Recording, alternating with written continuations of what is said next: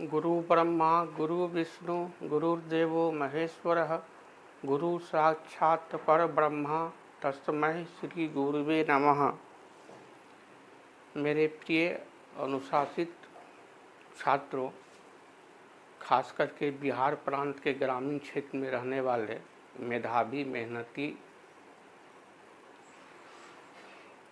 छात्र एवं छात्राओं, मैं आप लोगों के हित को देखते हुए स्टूडेंट फ्रेंड्स कोचिंग सेंटर के बैनर तले 30 वर्षों से सेवा कर रहा हूँ। मेरा कोचिंग का नाम ही है स्टूडेंट फ्रेंड्स कोचिंग सेंटर। मैं आपका ईमानदार मित्र हूँ और मेरा प्रयास है कि हमारे प्रयत्न से आपका भाग्य उदय हो जाए, आपके जीवन में चमत्कार आ जाए और आपको मैथमेटिक्स में, विज्ञान में, इंग्लिश में 100% अंक आवे। केवल हमारी आपसे यही विनती है कि हमारे बतलाए गए प्रश्न को आप कम से कम 4-5 बार ज़रूर अपने रफ कॉपी में बना करके प्रतिदिन प्रैक्टिस ज़रूर कर लीजिएगा, क्योंकि self help is the best help. मैं जब प्रश्न को बतलाता रहूं तो हमारे मुंह से जो भी शब्द निकले उसको आप बड़े गौर से सुनते रहिएगा, और जिस शब्द को मैं बोर्ड पर लिखूंगा उसको बड़े ही तल्लीनता के साथ एकाग्रचित होकर के आप अवलोकन कीजिएगा। मैं दावे के साथ कहता हूं, आपको आशा से भी अधिक फायदा होगा। तो आज मैं फिर आपको लिए चलता हूं बोर्ड मॉडल VVI प्रश्न के बड़े ही सरल तरीके से समाधान की तरफ, जो आधारित है थेल्स का प्रमेय और थेल्स का प्रमेय के विलोम के आधार पर आधारित है, यानी कि प्रमेय 1 और प्रमेय 2।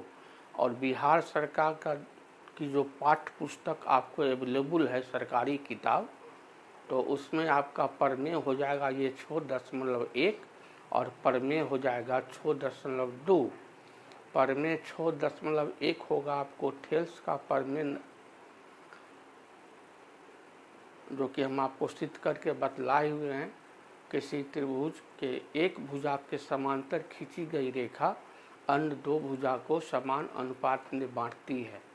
और थेल्स का प्रमेय का विलोम मतलब उल्टा, ये है प्रमेय नंबर 6.2। आपको जो पाठ्य पुस्तक बिहार सरकार से उपलब्ध है BTBC का, तो उसका ये हो जाएगा प्रमेय संख्या 6.2। इसको हम थेल्स के प्रमेय का विलोम कहेंगे या आधारभूत आनुपातिकता के प्रमेय का विलोम कहेंगे। और ये भी हम आपको पिछले वीडियो में सिद्ध करके बतलाए हुए हैं।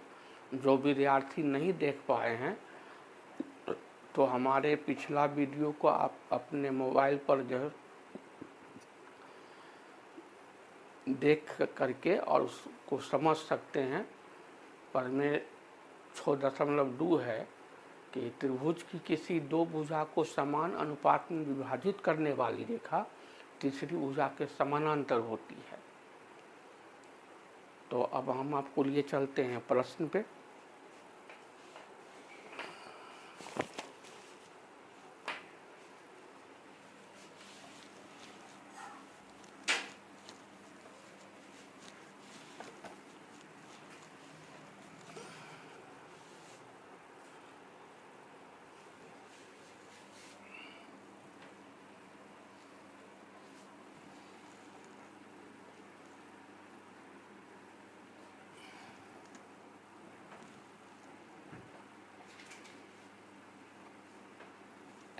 PQR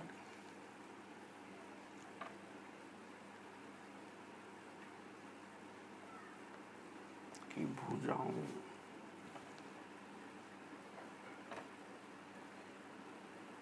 PQ और PR पर क्रमशः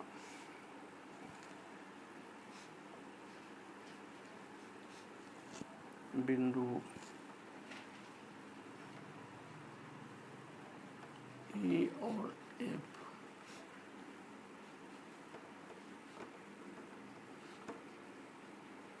स्थित हैं तो क्या क्यू आर समानांतर, तो क्या ई एफ समानांतर क्यू आर है? यदि P से लेकर के Q तक है 1.28 सेंटीमीटर, P से लेकर के R तक है 2.56 सेंटीमीटर, P से लेकर के E तक है 0.18 सेंटीमीटर और P से लेकर के F तक है 0.36 सेंटीमीटर।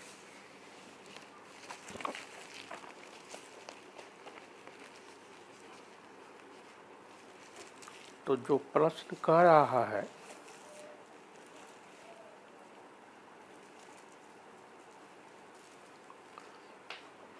उस प्रश्न के अनुसार हम पहले फिगर बना लेंगे।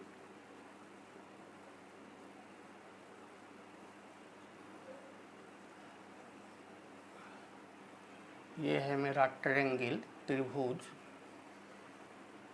पी क्यू आर, ये है शीर्ष बिंदु P, ये है शीर्ष बिंदु Q और ये है शीर्ष बिंदु R। एक रेखाखंड है EF। भुजा PQ पर बिंदु E स्थित है और भुजा PR पर बिंदु F स्थित है। P से लेकर Q तक, यहाँ से लेकर के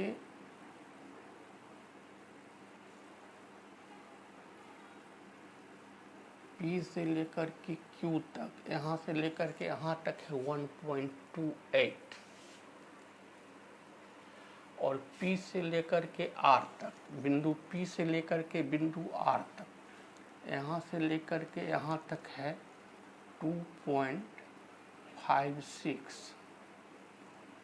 P से लेकर के E तक, यहाँ से लेकर के यहाँ तक है 0.18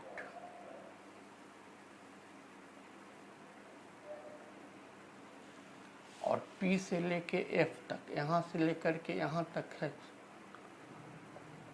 0.36।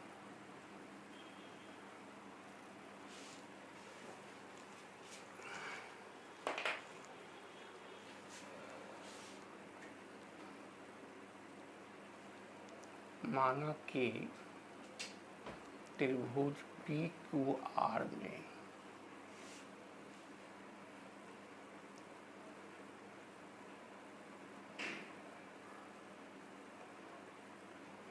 भुजा PQ पर स्थित बिंदु बराबर E, भुजा PR पर स्थित बिंदु बराबर F तथा P से लेके Q तक 1.8 सेंटीमीटर, P से लेकर के R तक 2.56 सेंटीमीटर, P से लेकर के E तक 0.18 सेंटीमीटर और P से लेकर के F तक 0.36 सेंटीमीटर। तो क्या रेखाखंड EF समानांतर होगा रेखाखंड QR का? तो हमको P से लेकर Q तक दिया हुआ है और P से लेकर E तक दिया हुआ है, तो हम PQ में अगर P घटा के हमको EQ मिल जाएगा। हमको UQ बराबर हो जाएगा P Q minus P A 1.28 minus 0.18 बराबर 1.1। और ये पी आर में हम पी एफ घटाएंगे तो हमको एफ आर मिल जाएगा। एफ आर बराबर P R minus P F 2.56 minus 0.36 2.20 हो गया। इतना काम आप कर लीजिए। तो ये जो क्वेश्चन था उसका ये डायग्राम बना, फिगर बना, आकृति बना, फोटो बना। हम पढ़ रहे हैं ज्योमेट्री मतलब रेखा गणित। इसको मान लेना है। इस फिगर को हम P से लेके Q तक में हम P से लेके E तक घटा दिए तो हमको इतना QE निकल गया। और P से लेके R तक में हम P से F तक घटा दिए तो हमको F से लेके R तक मिल गया। इतना काम कीजिए तो हम अनुपात निकालेंगे। इतना काम कीजिए तो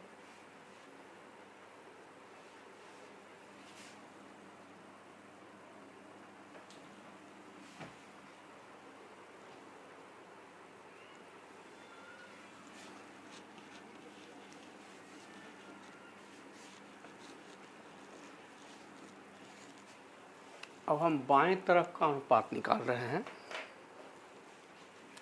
P बट्टा EQ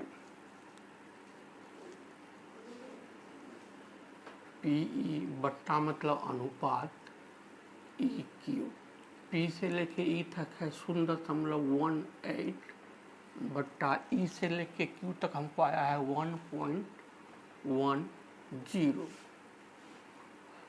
तो 0.2 अंक के बाद है अंश में भी, न्यूमरेटर में भी, और एक अंक 2 अंक के बाद है हर में भी, डिनोमिनेटर में भी। तो समान दूरी पर दशमलव है तो इसको ओमिट कर दिए। कटता है तो काटते हैं।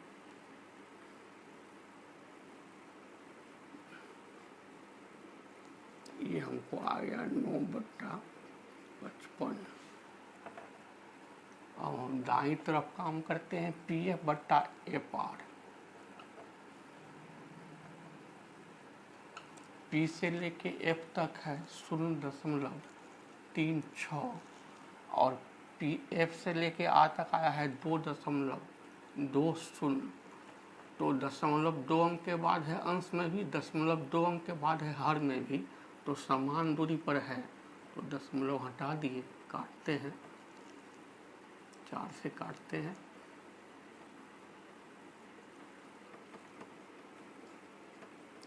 तो इसको कर देते हैं समीकरण नंबर 1, इसको कर देते हैं समीकरण नंबर 2। तो समीकरण 1 और समीकरण 2 में दाएं तरफ का अनुपात बराबर है। समीकरण 1 में भी दाएं तरफ है 9:55 और समीकरण 2 में भी है 9:55। तो दाएं तरफ का पर्रा बराबर है तो बाएं तरफ का ही पर्रा मतलब अनुपात बराबर होगा।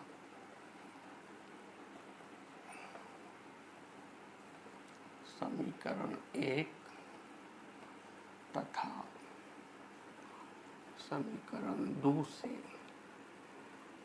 PE बट्टा EQ बराबर PF बट्टा FR।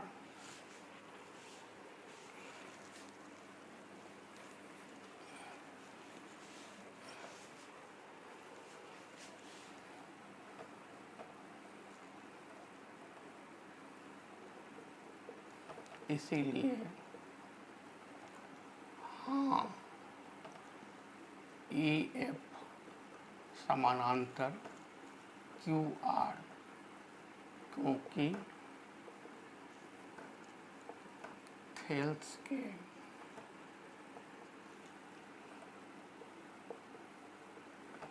प्रमेय के विलोम से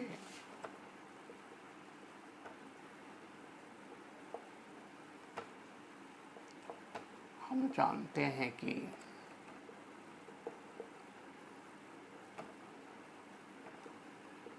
त्रिभुज की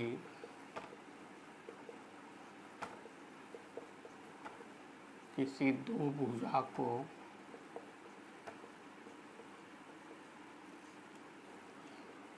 समान अनुपात में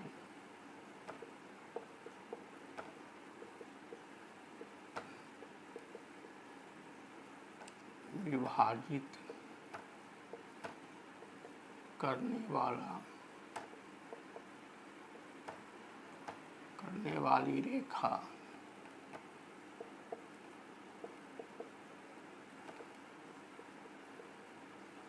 तीसरी भुजा के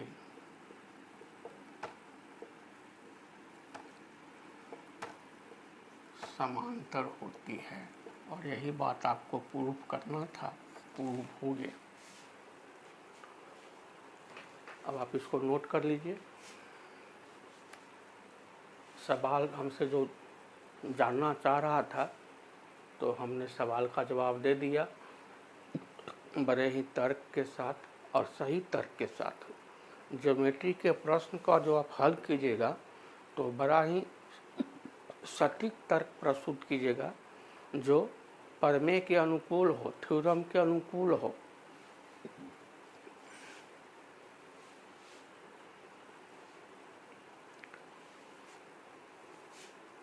तो आप तमाम विद्यार्थियों से मेरी अपील है कि यदि हमारा तरीका आपको बड़ा ही सरल लगता हो, उम्मीद है लगता ही होगा, तो प्लीज़ लाइक कीजिएगा, लाइक करके सब्सक्राइब ज़रूर कीजिएगा और घंटी बजा दीजिएगा और अपने रिश्तेदारों और दोस्तों को भी फॉरवर्ड कर दीजिएगा। ये हमारी आपसे अपील है। तो आप लोगों को मैं आशीर्वाद देता हूँ, आप लोग स्वस्थ रहिए और खूब मन लगा करके पढ़िए। बहुत बहुत आशीर्वाद।